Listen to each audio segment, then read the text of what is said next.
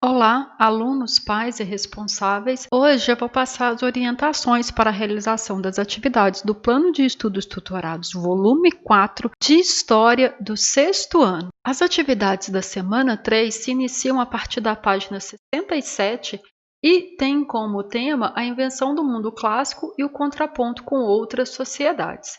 Nós vamos falar sobre a formação da civilização grega e seus períodos.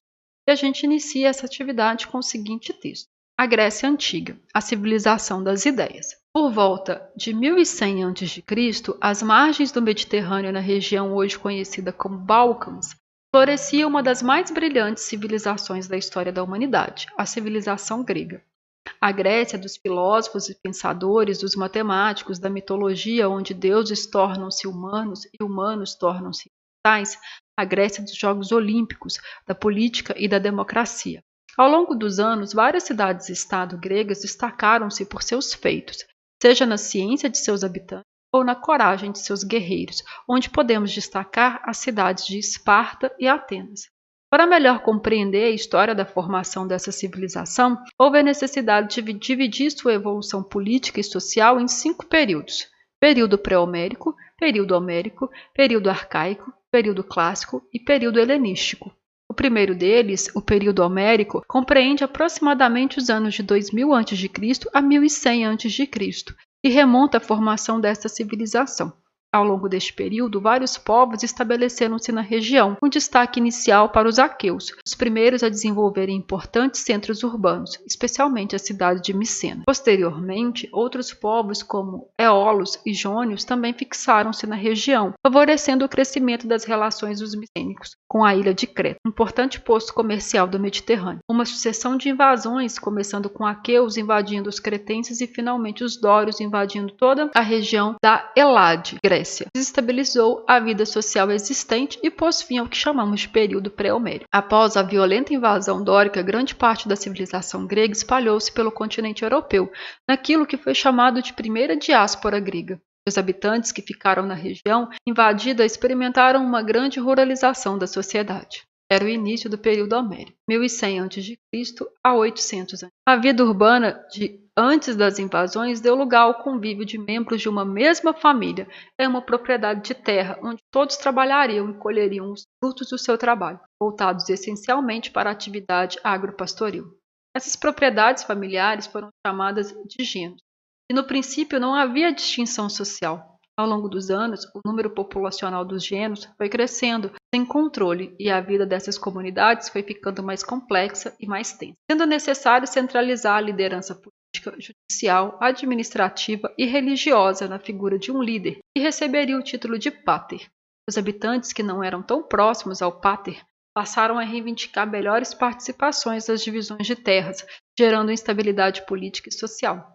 Os genos passariam a ser controlados por aqueles que tivessem acesso às melhores armas e ferramentas. Ao longo dos anos, genos diferentes foram se unindo, criando comunidades mais complexas chamadas demos, colocando fim ao período homérico. O período arcaico compreende os anos 800 a.C. a 500 a.C. e marca a transição da vida ruralizada da sociedade dos genos para uma vida mais complexa nos demos, onde as terras passaram a pertencer a uma elite privilegiada, excluindo a grande maioria dos habitantes sem posse. Estes habitantes, insatisfeitos com vida sem privilégios, espalharam-se pelas demais ilhas gregas, ocasionando a segunda diáspora e criando importantes rotas comerciais entre essas localidades.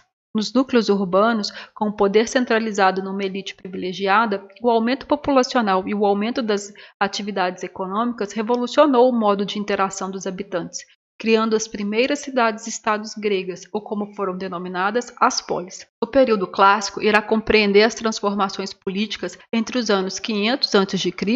e 338 a.C. e marca o desenvolvimento autônomo político-econômico de grandes polis gregas, em especial Esparta, Atenas e Tessália. Foi durante o período clássico que a sociedade grega das grandes cidades passaram a ocupar melhor os espaços públicos, onde filósofos encontravam-se para debater sobre questões políticas e econômicas, fazendo surgir as primeiras ideias sobre democracia. O período helenístico, 338 a.C. a 146 a.C., marca o florescimento e difusão da cultura grega por outros continentes. O fator mais importante para que essa difusão acontecesse foi o domínio da Macedônia sobre os gregos a partir de 350 a.C., onde o rei Alexandre o Grande, criador de um império que chegava até as Índias, atuou como grande divulgador da cultura helenística. Momento da curiosidade. A palavra política tem origem nas relações públicas entre os cidadãos das polis. Portanto, sempre que um grego debatia ideias de interesse comunitário em espaços públicos, ele estava fazendo política. Para você relembrar, o período pré-homérico é marcado pelos grandes centros urbanos e atividades comerciais com a ilha de Creta. Gênios eram propriedades de terra onde viviam membros de uma mesma família no período homérico. Demos eram originados a partir da união de vários gênios, deixando de lado o caráter familiar da propriedade das terras. Alexandre o Grande foi o responsável pela difusão da cultura helenística ao levar os costumes gregos para as terras que conquistava com o Império Macedônio. Então aqui, para lembrar, um resuminho do texto que a gente leu. Vamos passar para as atividades. 1. Pesquise no seu livro didático ou na internet a definição dos seguintes termos gregos. A. Democracia. B. Política. C. Aristocracia. D. Diáspora. Então é para vocês pesquisarem no dicionário o significado dessas palavras. 2. Explique a diferença entre os gênios e os demos na sociedade grega durante o período pré-homérico. Então vocês podem reler o texto e lá vocês vão encontrar as diferenças entre gênios e demos. 3. Leia o trecho do artigo e responda. A ideia de uma história antiga foi desenvolvida por pensadores europeus do Renascimento. Para eles, era a história antiga do seu mundo. Mas é ainda a história antiga do nosso mundo? De fato, a própria ideia de história antiga representa uma visão europeia da história.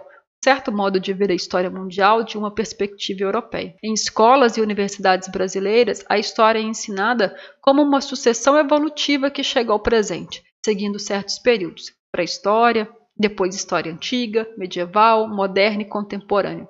Só existe história na Europa. Até mesmo o Brasil e as Américas só são incluídos depois de sua descoberta pelos europeus, isto é, só quando se tornam uma parte da história da Europa. O Império Romano, que constituiu a maior unidade política dentro do que chamamos de história antiga, incluiu áreas que ninguém hoje definiria como europeias. O norte da África, partes do Oriente Médio, talvez a Turquia. Aqui a gente tem um artigo, e temos algumas perguntas sobre esse artigo. A versão da história antiga criada pelos europeus representa bem a história do mundo ou a do Brasil? Justifique.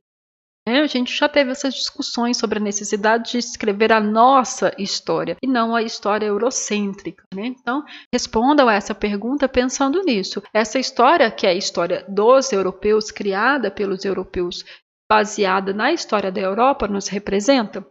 B. O que era considerado clássico ou antigo para os europeus do Renascimento pode ser considerado clássico para as pessoas da nossa sociedade também? Justifique.